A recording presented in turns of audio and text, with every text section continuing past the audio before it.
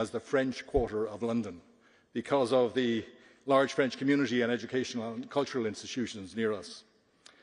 I should add that Imperial's new White City Deep Tech campus, which is just a few miles from here, sits on the site of the UK-France exhibition of science, arts and industry in 1908, or held in 1908, which was the first collaborative international exhibition hosted by our two nations and which attracted over 8 million visitors.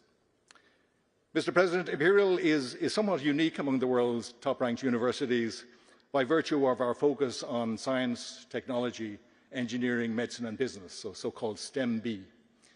Our founding mission, and I quote, was to be useful, which I think was a wonderful understatement of everything that Imperial has and continues to achieve through its education, its research, its innovation and its entrepreneurial activities. Every day our students, our staff and our partners come together to interrogate the forces that shape our world, and we use that knowledge to tackle the biggest challenges facing humanity. Mr. President, we warmly welcome your leadership, along with that of Prime Minister Starmer, in championing science and technology collaboration through this UK-France summit. At Imperial, we're very proud of our long history of collaboration with France, and we're acutely aware that it's only by combining our research capabilities and by closer collaboration with other European and international partners that we come close to the scale and impact of the very big research ecosystems of USA and China. We are especially proud of our deep bilateral partnership with CNRS, and here I should acknowledge the invaluable support of the CNRS Chair and CEO, and indeed my good friend Antoine Petit, who joins us here today. We're delighted that today's event also marks the launch of the Imperial CNRS Ayrton Blériot Engineering Lab, shortened to ABLE. The lab is named for the British physicist Hertha Ayrton, the first woman elected to the Institution of Electrical Engineers, and French aviator Louis Blériot, who made the first successful flight, of course, across the English Channel in 1909. And fittingly, this international research lab is designed to harness the power of AI, of emerging technologies and of engineering to tackle the grand challenges of sustainability and resilience. As you, Mr. President, and Prime Minister Starmer have highlighted, AI has the potential to transform our economies and our societies for the better. So we're especially pleased, as an institution that hosts over 500 AI researchers and indeed recently launched a new School of Convergent Science focused on human and artificial intelligence. We're particularly pleased to be hosting this AI and tech discussion today. I'm looking forward to what I know will be a hugely insightful discussion. And it's first my pleasure to hand over to another very strong advocate for the potential of AI, Dr. Peter Kyle, Secretary of State for Science, Innovation and Technology. Peter.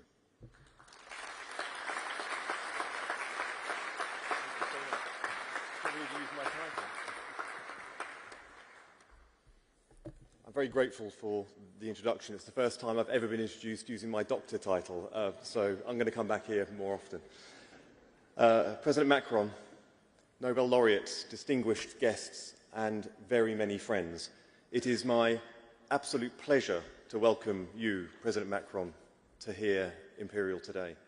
Mr. President, we met briefly at the successful AI summit in Paris earlier this year. Your speech to Parliament yesterday was both inspirational but also instructive on the need to invest in key technologies of the future, including AI, space and quantum. The UK and France are Europe's two leading tech and AI nations. Our collaborations and cooperation, our indeed friendship, strengthens our mutual endeavour. Britain's tech sector is worth $1.2 trillion, home to 170 unicorns in a world of fierce competition, increasing conflict and uncertainty. It is essential that Britain and France collaborate and cooperate to the mutual benefit of our people, our industry, and indeed the continent itself. As like-minded allies, we must work together in the race for development of critical technologies. Otherwise, we will lose out to our adversaries. We know that working with France and other European partners on tech strengthens our own domestic tech sectors. That's why we're launching a supercomputer partnership between the Bristol Centre for Supercomputing, the home of Isambard AI, and the leading French AI factory, Gency. That partnership supports the AI Opportunities Action Plan, turbocharging breakthroughs in AI, transforming public services, and improving lives. It's why we are developing the AI Research Partnership between Oxford, Cambridge, and the Southleigh Cluster to focus on advancing AI research, education, and innovation, strengthening our common research capabilities and contributing to the wider AI landscape. It's why the UK joined the Euro High Performance Computing Partnership just last year as part of our integration into Horizon Europe, expanding European collaboration on compute. This will enable the UK and French researchers to build larger, more complex AI models, shortening development cycles, accelerating innovation, and creating high-skilled jobs across both countries. And it's why we value deepening collaboration between our respective AI security institutes. And we are building on our close relationships in civil defence institutions, including NATO. We are forging new partnerships for delivering spaceports. We're collecting data to observe the effects on climate change. And we are building resilient and innovative positioning, navigation, timing systems to contribute towards European collective security. The United Kingdom government recently allocated £86 billion for research and development to fund innovations from new drug treatments to AI breakthroughs to grow the UK economy. And I am pleased to see that our confidence in Britain's potential is shared by French investors and the UK's AI sector. The aerospace and defence giant Thales is announcing £40 million of AI-focused R&D investment. Innovate startups like Command AI are investing £35 million in the UK, helping secure the defence capabilities, and Mistral are doubling their office space and their work programme in London. At the same time, British tech companies are winning tens of millions of pounds in significant contracts with France.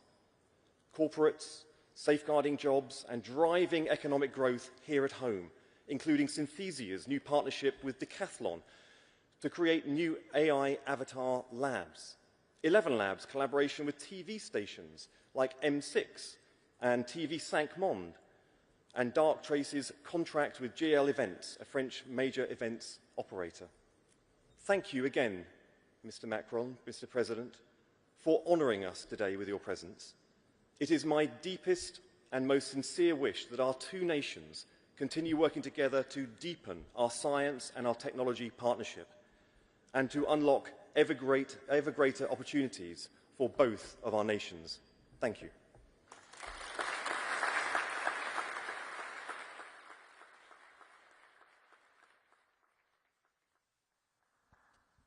So welcome again, ladies and gentlemen, to Imperial for today's event. It's my great pleasure to host the next discussion between some of our greatest deep tech founders from the UK and France, and also with His Excellency Emmanuel Macron, President of the French Republic. But I'll start by inviting Arthur Mensch, CEO and founder of Mistral AI, to join me.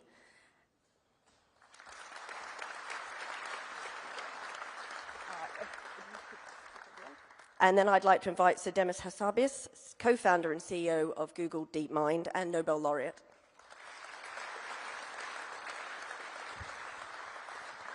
And of course, it's my great honor now to invite His Excellency Emmanuel Macron to join us on stage. Thank you. So my first question for you, President Macron. From Louis Pisan's influential work on the development of TCP and the IP protocol to Alan Turing's foundations of computing, France and UK have always been global leaders in technological progress. How do you see the strengths of France being built upon to continue that progress, to continue to compete globally as the technological race really builds across the world?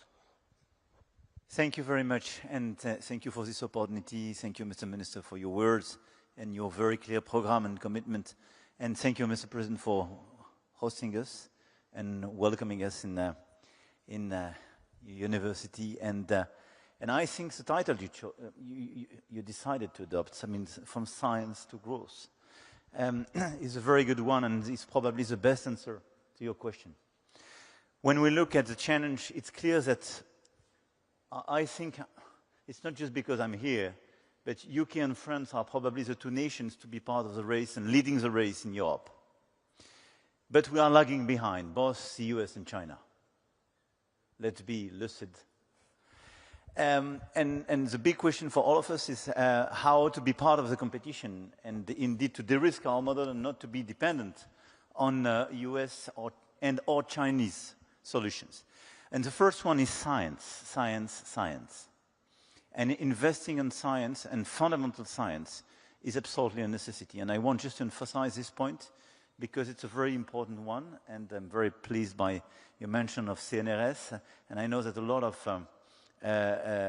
research centers in France will sign partnerships during this trip, but fundamental science remains very important, and obviously technological research as well, and so on.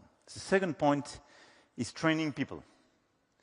I think our two countries have the chance and the merit to train a lot of data scientists, mathematicians, and so on. So we have the skills, and we were used to train these skills. And we have to follow up and increase. And part of the AI program we have, and since 2018, the first AI plan, very clearly we launched additional training programs in order to have more and more talents, because it's clear that it is one of the critical issues.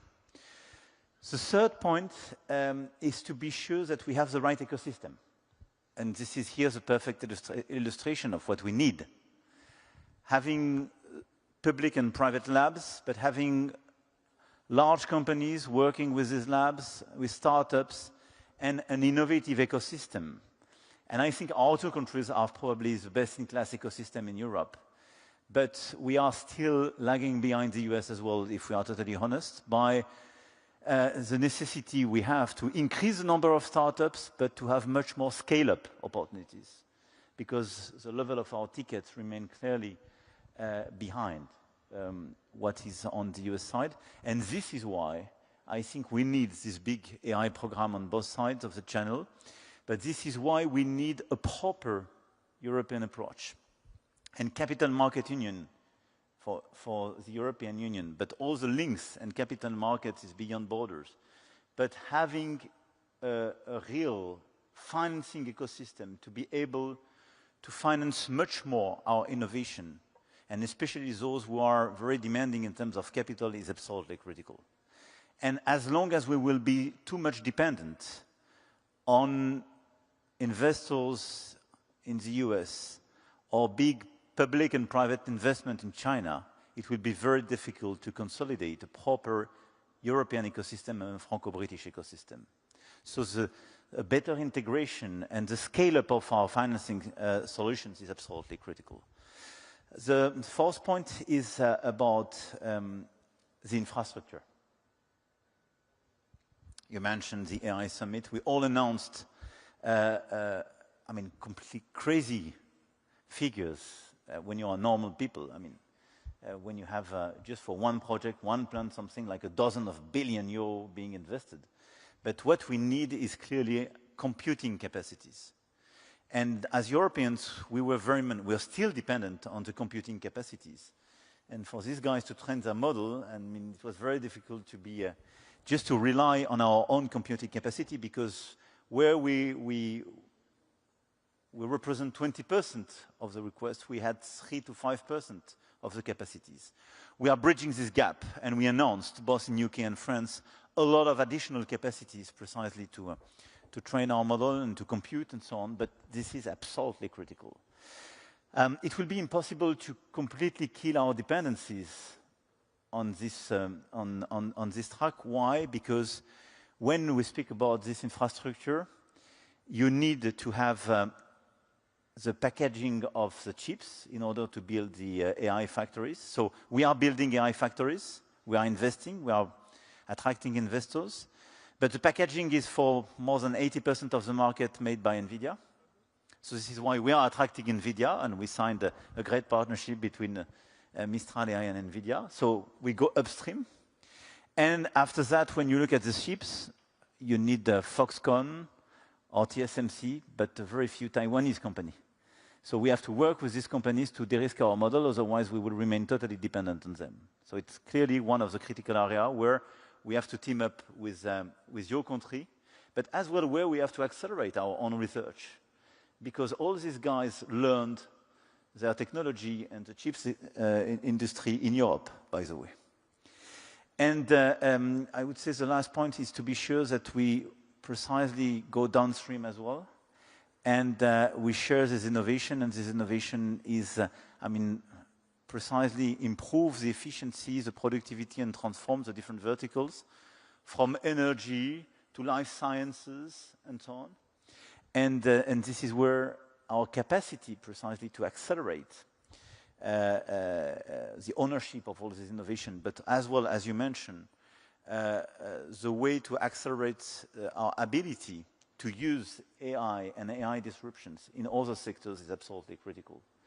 I could detail, but I was already too long, but this is why I'm very happy to be here, because DeepMind is clearly a great example of how to make such an innovation a game changer, and what you are doing in life sciences, for instance, is, on my last point, one of the game changers to be much more independent, and where the AI race could be clearly won. And Mistral AI is on the LLM side, clearly with such a frugal and non-Chinese, neither US model, clearly an opportunity to diversify the offer, and for a lot of people, and for me, part of the European champion we want to promote. And this is why, on these different tracks, the partnership between UK and France is, for me, critical, because we exactly face the same challenges. And teaming up together is the best way to have a critical mass when we speak about our talents, our labs, our key players, or our financing capacities. Thank you very much. Well, I think you've touched on the competition in the space, in the AI space, and I think one of the key reasons for that as well is just the pace of innovation when it comes to AI. So perhaps, Demis, we could come to you and just kind of get your views on how you respond to that pace, and touching on some of the points just raised, what we need to be doing to not only keep up, but to get ahead. Well, it's a very exciting time right now in AI, of course. The pace of progress has been incredible. But it's also a very serious moment. I think we're a very decisive moment. I've been working on AI for 20 plus years now. DeepMind was started more than 15 years ago. Almost nobody was working on AI then. Now the whole world is working on it. And we've always believed that it's going to be the most transformative technology perhaps humanity will ever invent. So how we build it, the decisions we make, the leaders in this field and the governments in this field make now is going to be decisive about how this goes. And I'm very excited about applying AI to science and using it to accelerate scientific discovery in medicine. That's why I spent my whole career working on AI. And we're making great progress on that front. But it's a dual-use technology, and there are risks too. And I think, I'd love to see more dialogue at the international level about agreeing things like minimum standards for how we want these AI systems to work. And I've been saying for a long time, and we've been talking with President Macron for a long time, maybe even 10 years ago now, about if you want to influence how this debate goes on the global scale, you have to also be in the lead technically to have a seat at the table.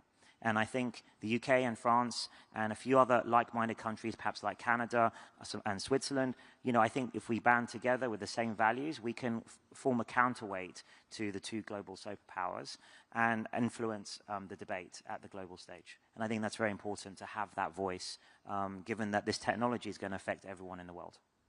Thank you very much. Arthur, if I could come to you on a similar point again, addressing this idea that the pace of innovation is something that is both a challenge and an opportunity, and how you at Mistral AI think about that and respond to that. Well, one of the premises of starting Mistral AI has been to commit to open science and bring open source models to the world. And it's interesting to note that we actually started the company as a French and British company, as we incorporated the two companies almost at the same time. We had a workforce here very quickly. And to Demi's points, we need, as countries, to have a seat at the table to innovate. If you don't innovate, you're down to regulating, and then it's a little less interesting, and you have less of a say in how we use the technology. And so our approach there is to leverage the power of the two countries when it comes to training people and to have great scientists.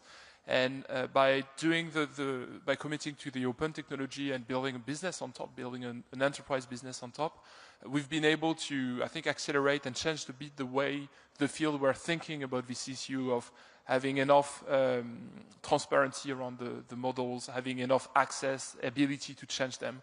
And what we see is that with the models that we've released, starting in 2023, the academic world has been able to use them quite extensively. Actually, we've never had as much citations as with Mistral 7B, which is the first model we released. And the reason for that is that it's sufficiently small for scientists working in university to work on them and to do studies. And so we found that by committing to open source and by doing it more than what the US can do, the US is always a bit struggling whether they should do it or not because they have this competition with China, which we have a little less.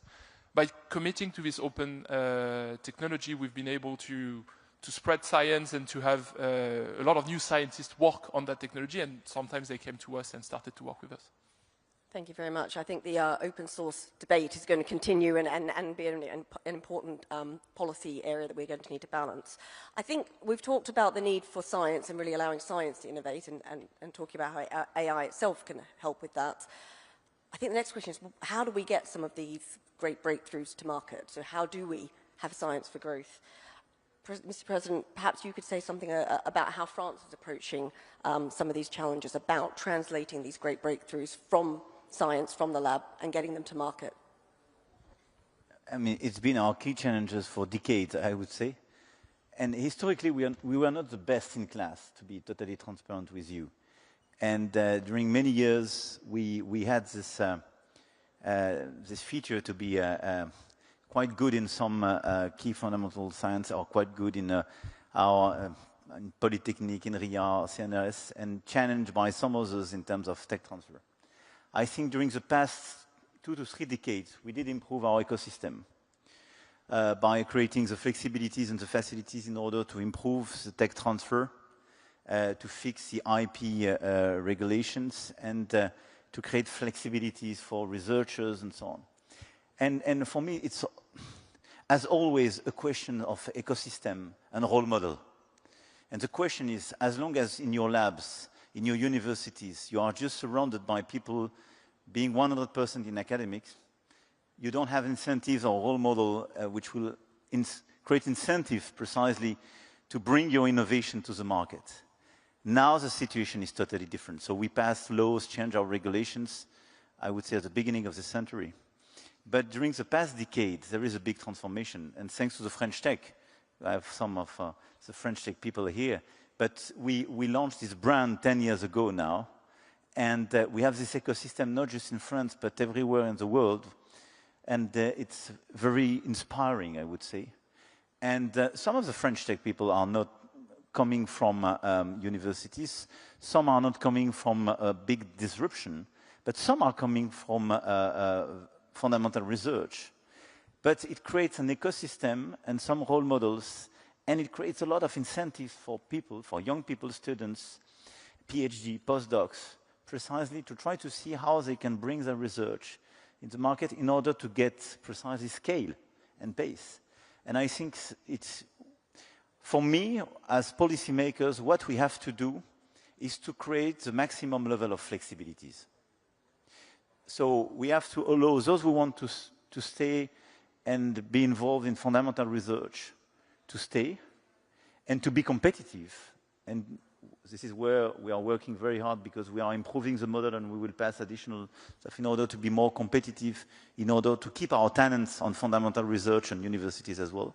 But we have to create flexibilities to allow them who want precisely to exit in a certain way or launch a startup or launch a contract with the private sector to transform what is fundamental research in an innovation, a company, and I hope tomorrow a large company. So we did improve the ecosystem. We are still improving it. My second point is clearly about financing. I already mentioned it, but I think this is a game changer. And this is why what was done during the past few years with QTI and some others, because we had private financiers launching precisely some additional scale. We had this TB fund, and we tried to accelerate the funding in innovation is as well critical. I was going to come to you next, Demis, to sort of say, what, as a world-leading deep tech founder, what do you think are still the big challenges, the big hurdles that we need to get out of the way to allow innovation to really flourish? Well, look, I think the good news is we have, you know, the UK and France specifically, but also in the EU, is we have world-class talent and world-class universities like Imperial, like where we're here. So the talent's always been here, and I've always been a big believer in that. Part of the issue is the ecosystem, as the Mr. President says, and that's getting better. So access to capital, like 15 years ago, was very difficult to start up any deep tech company here. But we've had some proven successes now, and DeepMind's been part of that. And I think that part's got better. What we need is really grand ambitions. People who are really ambitious, like Arthur, to go for it. And we've shown that it's possible. And I think there's sort of, this was a lack of role models maybe 20 years ago. Now we have some, and increasingly the next generation as well. And we're very proud of Arthur's success as ex-DeepMind person and a prodigy of ours. And, you know, I think that it just takes a few success stories to start building an ecosystem. That's how Silicon Valley started. And then you reinvest, those entrepreneurs mentor others and reinvest, and you get a critical mass. And I think now Paris and London especially have that critical mass. And we've got to build on it, and with government support, I think we can really make amazing progress in the next 10 years. Thank you. And Arthur, coming to you with the same question, what would you like to see changed, or what do you think has really worked in the past to allow innovation to flourish in this space? Well, I think, well, first of all, as Demis said, it's about the ecosystem, and it's about waiting, because you need several generations to stack up and to start becoming bigger and bigger. And if you look at the US kind of started 40 years before us, so we're catching up faster than that, but you still need to have multiple generations of entrepreneurs that follow the cycles of innovations. I think in the field that we're talking about, which is AI today, a very big specificity that this is both a deep tech field where we still need to heavily invest to solve problems that are fundamental and very hard to solve. But it's also like a very good business at that point, because the current technology is already extremely useful to drive productivity and to drive growth within enterprises. And so that's both an opportunity and a challenge for us, because on one side we need to continue to invest on deep tech and to remain competitive and to invent new technology. And on the other side we need to take the current technology and turn it into a product and solutions that are delivering value to enterprises.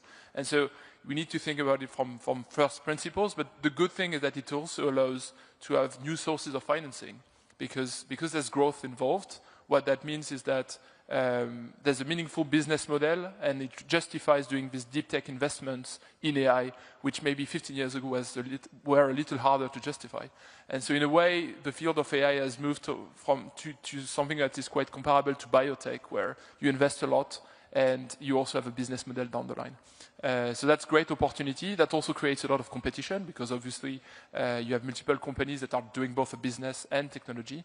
And so that's why we're seeing that acceleration in progress today. Thank you very much. And look, I think what's very clear to me is there's a lot of common challenges and opportunities across both France and the UK, and a lot of the suggestions that are coming from the panel are the sorts of interventions the UK government has been making to address some of these challenges. I'd like to sort of move a bit to recognising that AI is really a cross-border technology. It's a global technology, and Mr. President, I'd be interested in your views as to how Europe approaches building a sort of innovation ecosystem and unlocks the potential of AI, referring back a little bit to your comments earlier about the other countries who we're competing against in this space. No, I totally agree with you. This is clearly a cross-border innovation, and it's not just, I mean, AI cannot be seen as an economic sector. This is a big transformation which will impact all the potential sectors by itself, and is a change in depth of the economic structure. and by the nexus with different sectors like life sciences, energy and so on, clearly will guide us to breakthrough innovations. So there is no other way than looking at AI as a global trend. The problem when you look, and it has what we have to preserve, because it's very important to preserve the global approach, because this is the most efficient way to deal with our key issues. And if we want to fix our energy challenges, our life science challenges, we have to bring all the potential brains and innovations all together at a global scale. The difficulty is we are facing some exclusivity of in some key pillars or key blocks of the value chain. And this is where we have, I mentioned that yesterday in my speech at Westminster, but I spoke about de-risking, but it's exactly what is at stake. I don't want to decouple Europe and European perspective with the rest of the world. It doesn't make sense. But just, we should look very lucidly at the world, which is ours today. Are we sure that all the countries in this world will be super cooperative with us, and the day you have a breakthrough innovation, we'll say, okay, this is a global innovation, open science? No, I have no doubt. No doubt. Let's look at what will happen on the pharma companies in the days and weeks to come with our good US friends. Nobody 2 years ago would have imagined what is happening today on tariffs and trade. And if we are totally lucid, today we are too much dependent in terms of computing capacities. Too much. So clearly we have to work very hard. So we need to facilitate and clearly endorse the fact this is a global approach and this is a cross-border innovation trend. Yeah? But we have to de-risk ourselves on computing capacities, number one. We have to de-risk ourselves on chips, because we are too much dependent on some Taiwanese companies. And we have to build our own capacities on energy. I didn't mention that, but it's absolutely critical. We are good partners on energy with your country, and tomorrow in the summit we will revert on this critical issue. But if you don't produce on the long range low carbon, pilotable and competitive energy, you have no chance to be part of the race. Because having computing capacities in a data center is super demanding in terms of energy. And one of the big advantages we have in France is that in 2024, we exported 90 terawatt-hour, largely based on the historical nuclear program. So it's one of the key items, and at a European scale, we have clearly to follow up our strategy to produce much more low-carbon, pilotable electricity. And it's part of the game. And fourth is on talents. We are training a lot of talent. This is part of our advantages. We mentioned that, three of us. But let's be honest. A lot of our talents are attracted in other places. So it's very important to deploy the good policies in order to keep them with us, or create the good incentives to bring them back at home. And what's happening in the US as well regarding science, I think is a good momentum. I don't want to be cynical with that, because this is terrible for science, for climate and so on. But offering, as Europeans, the perspective that there are more than those who want to work on climate, on AI, and to work in an academic context where they are free, and we do believe in academic freedom and free research. I mean, this is a European perspective. And now it seems to be very attractive because it's challenged in other places. So here are some critical elements where, even if this is a global approach, we should not be too naive and de-risk a little bit our model, and this is where we have to work together, because we are exactly put in the same situation. And let me share with you a very politically incorrect issue post-Brexit in this country. But if I followed properly the narrative of the Brexit, the whole story was to say it will be much easier to fix our problems without the EU. I'm not sure you fixed migration and financial issues post-Brexit much better than with EU.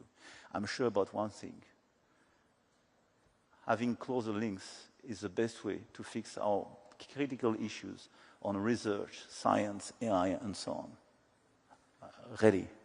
And this is why I think I don't have the feeling that the US are embracing you, saying you are my best friend and I will give you super perspective. On pharma, not better than us. On trade, you negotiate your deal. We are working hard to try to negotiate it. But having 10% tariffs is good for nobody. So I do believe that even the grand large could be very attractive sometimes. I think close friends, just sharing the channel, and good old friends, being predictable and respectful, I think sometimes it's good as well for innovation.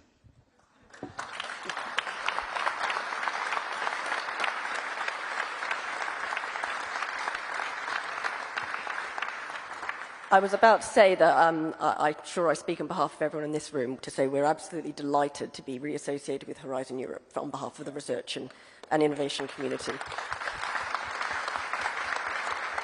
If I could perhaps end by going even more global, we've had the London AI Summit and we had the Paris AI Summit, and next year we'll all be in India for the Indian AI Impact Summit. If I could start with you, Arthur, and come down the line, it would be great to end with an understanding of what you want to see on the agenda and what you hope the outcomes of that summit are.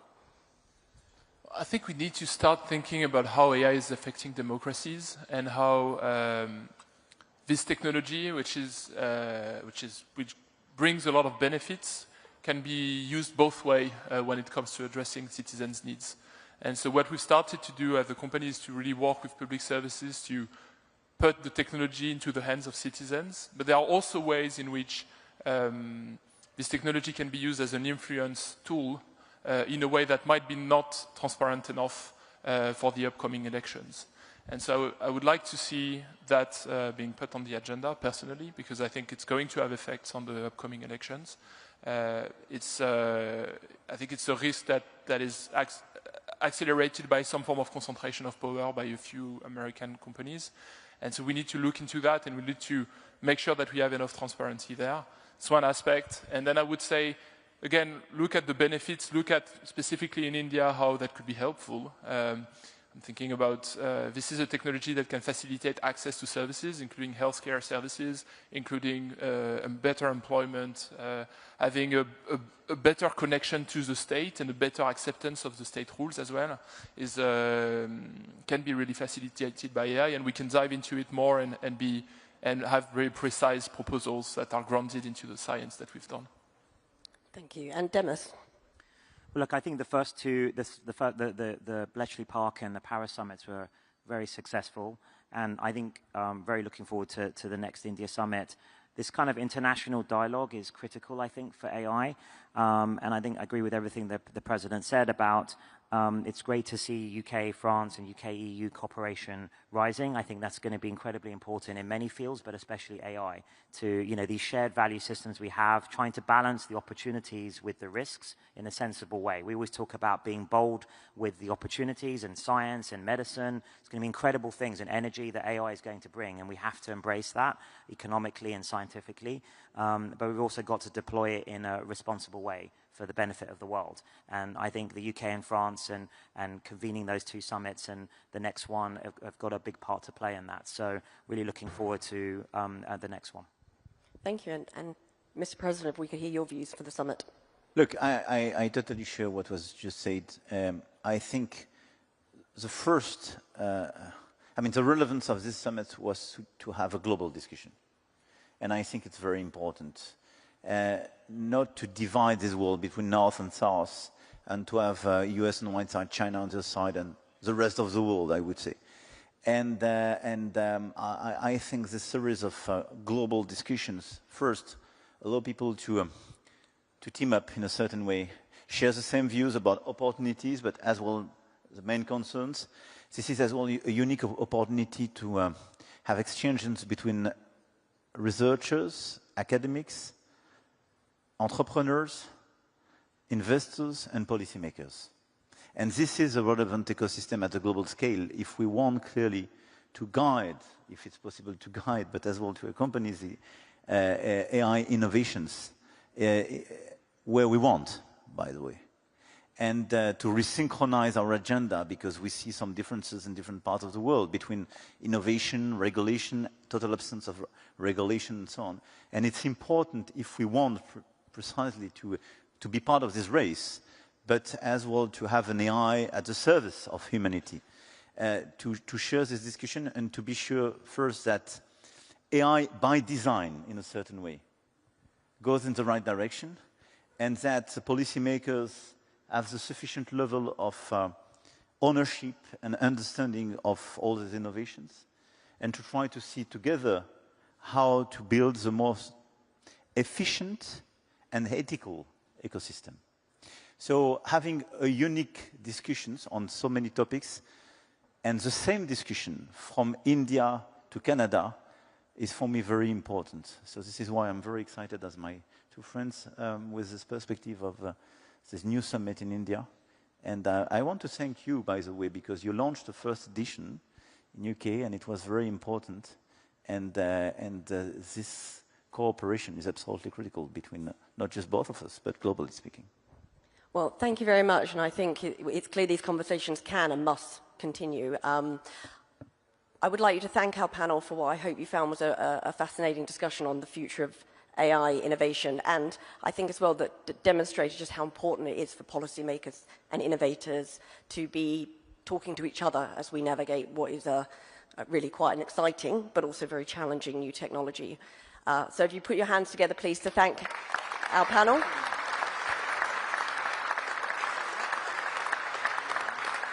And if I could just ask everybody to remain in their seats just for a few minutes, and then we'll be allowing everyone to leave the venue. Thank you.